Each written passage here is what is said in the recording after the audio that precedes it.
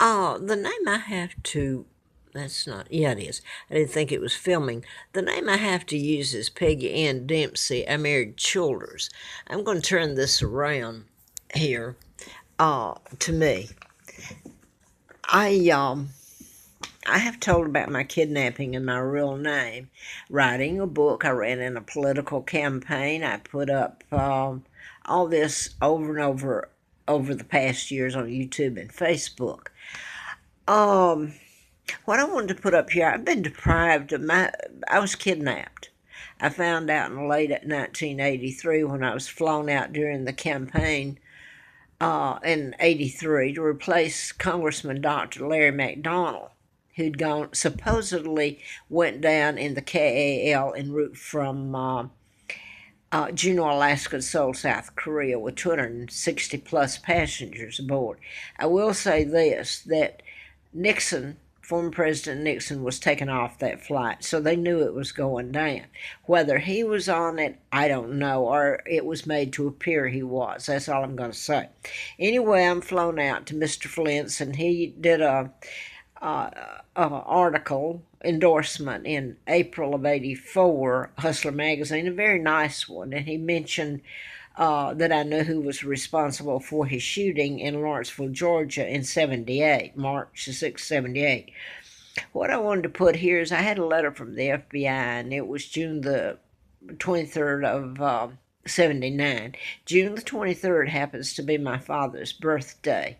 The '79, of course, is years later, and I had attempted, well, I did do the book, but it wasn't published. And I won't reiterate on that. I'm just going to say this. I have been kept penniless. I have civil rights violations that are totally so sick over and over, not even to get those attended to.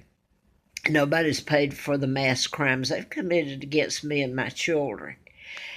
So I wanted to, after I got the letter from the FBI, and I'm not going into the other, it's so enormous. A friend of mine said it'd take volumes and volumes.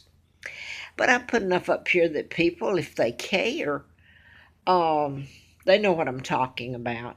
Anyway, in '79, when I got the letter, my ex-husband cared, and in this divorce that I had, that I've even been kept from getting any of that. It was in October of '73 when it was supposed to be finalized. Wouldn't matter if it was or wasn't, because then if it wasn't, then we weren't divorced, so you get the drift. There's so many crimes that were connected in there. The letter from the FBI said ongoing investigation, national security involved. And that was June 23rd of '79 from U.S. Harper, Judge U.S. Harper, U.S. Attorney Harper. Now, to get to this, my husband had, and I made, or ex-husband, I went up to the manager and I've told this, and I made sure she knew that I'd done the lease. It was my money. I signed it at least a month earlier, maybe two. If it was okay for him to come back and stay sporadically, because it was a lot being done to my children, threatening me, like sugar in the lifter of the car, all kinds of stuff. So she said that was fine. There was never any misunderstanding, re-signing of any papers, anything. So I'm going to jump to this. It got so bad that I went out to his sister's, Laura, out in Abilene. She's now just out from Austin, Texas. I don't see the reason these people get to live their good lives when they're criminal, and I'm not supposed to talk about it. I, my ex-husband had called her. That's his sister, Laura Mae Childers Klein, and she's on Taylor something road in a little town out from Austin, but her and her husband had a CPA firm in Austin for years. Anyway, when she still lived in Abilene, John, my ex-husband, called her, and then I called her just prior to leaving that it was okay to come out there, and if I could, she'd help me find a job, and I could stay in her house, her home, for a couple of weeks at least while I tried to find a job. If I did, I was going to bring my kids out there and thought I would get away from it. I didn't know about my kidnapping and all this at the time, or at least I couldn't remember it. Oh, I didn't find out until 83. So now I get out there and I'm limited on funds. I get out there and I stay in the Days Inn in Mesquite outside Dallas. Next morning I call her and she tells me that I'm no longer welcome. Don't come. She just told me before I left a few days later, oh yes, come on out. So I turn around and go back and my apartment's gone. They have at the apartments I lived in Laurelwood. By the way, the woman, the manager of it that I talked to, and to my husband, ex-husband, whatever he turns out to be up there with me, she said to me, and I thought it was odd, was all, because I thought, why is she telling me this? She said that her uncle, I believe it was her uncle that was in charge of the Patty Hearst kidnapping. Well, I thought, well, why are you telling me all this? Turns out the Hearst on the Atlanta Journal, which me and my husband were running back and forth to the TV stations, Atlanta Journal, all of it. And anyway, she told me that. So there was a connection to the FBI, and I'm not saying that I wouldn't be alive if the FBI hadn't helped, really. But this ongoing thing, I'm just about dead. I'm 79 years old, if nothing else, and I've had every crime in the book committed against me and my sons. So I came back. The apartment has been leased to my ex-husband, a new application drawn up, contract. In other words, I don't have an apartment anymore. She's allowed him to move my furniture into another apartment there at Laurelwood and sign a new lease using my security deposit. He even got what little money I had in the bank out. They just grin when you go in and say something. They just grin. It's so sick, like everything else. I want to mention this. During the campaign for to replace Larry McDonald, Larry Flint, because he had been shot in Lawrenceville, Georgia, and he sent Marilyn Katz. And I know that she was CIA. I don't know if I'm telling out that'll hurt me or some of these people, but does this ever end where I have a life and I know my children are alive? That's what keeps you alive, And the truth is so obscured. But anyway, her name was Marilyn Katz. I think I put it up before, but she used to be the press, do the writing and all that, the press releases for Washington, who was the mayor of Chicago, before she came down.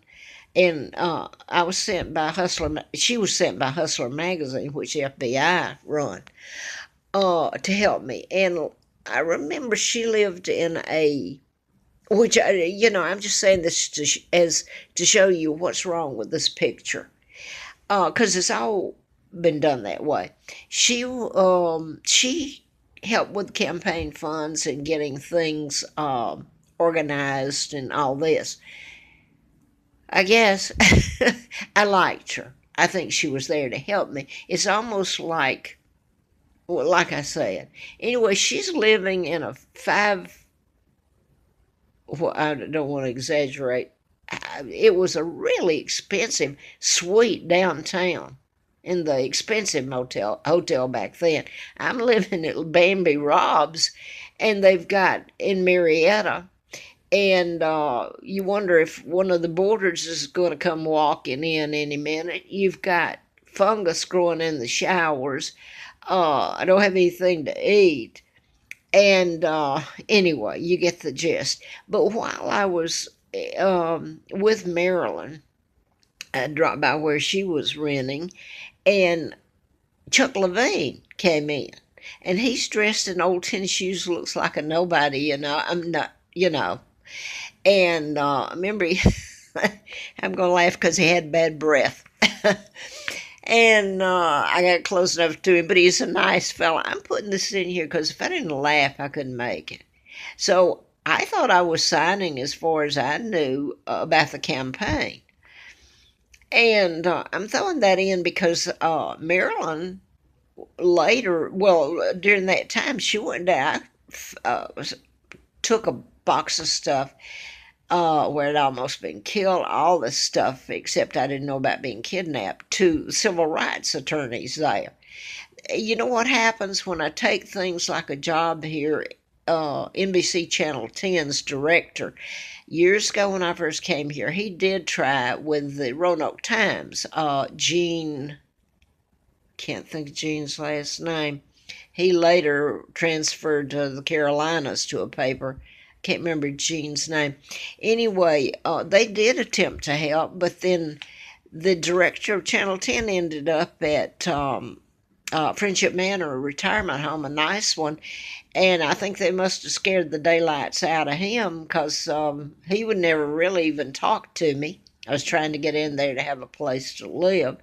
And I'm going on and on. I'm going to stop because people are afraid of it. And most people just don't care. But I want to get to this part. There was the divorce, which is what I meant to put up.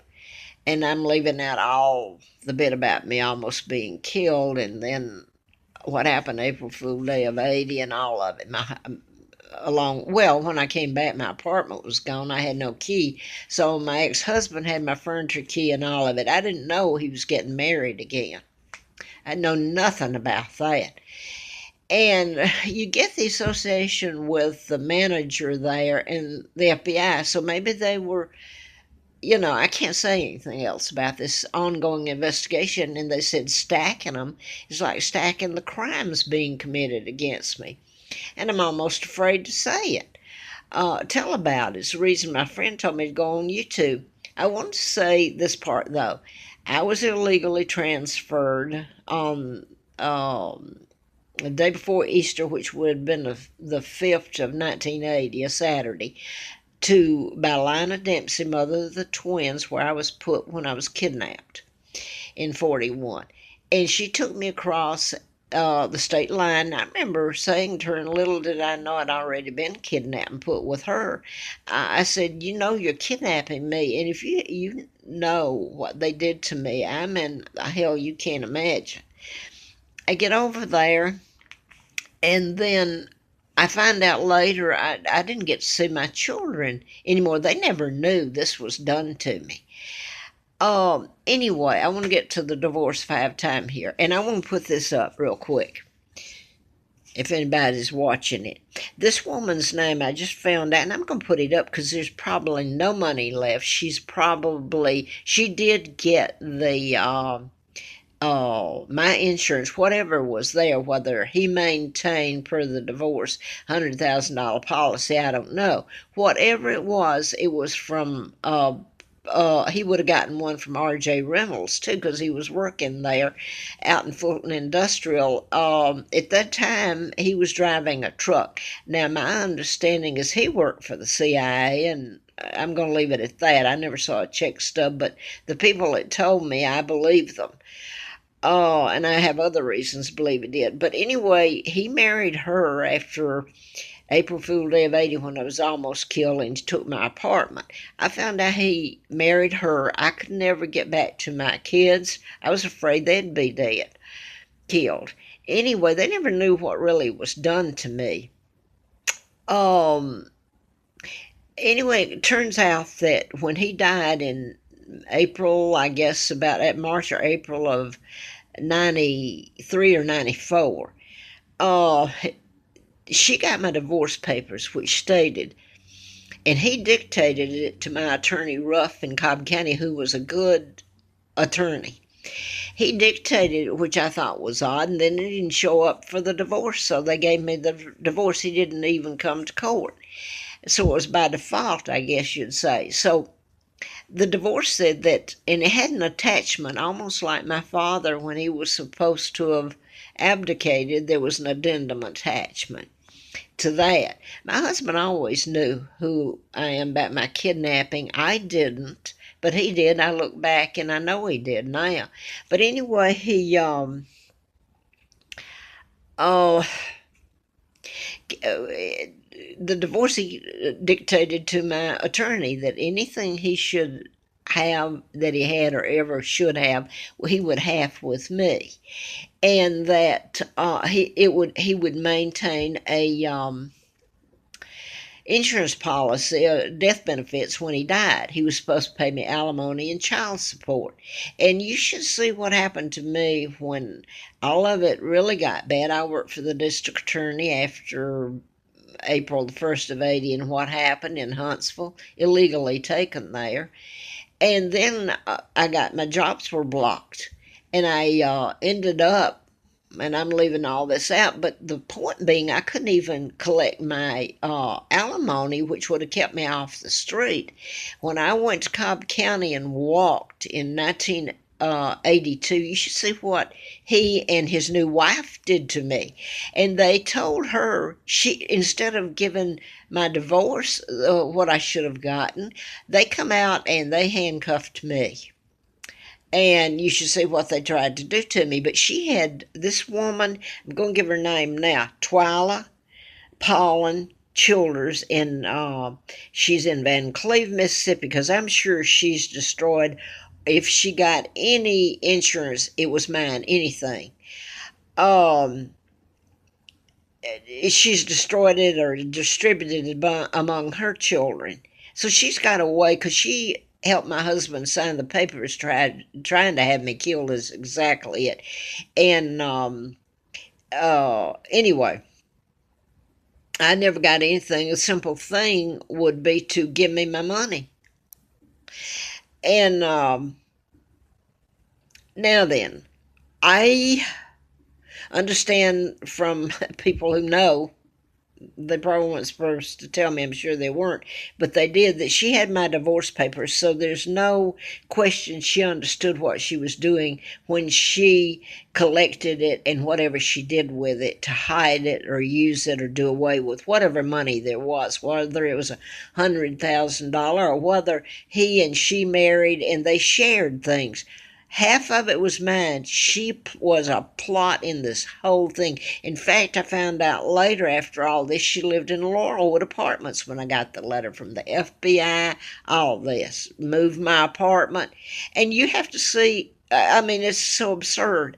So I'm going to leave it here because she lived in Marietta and she lived in, and some of it I can't tell because the dearest people to me could be hurt. You know who that is.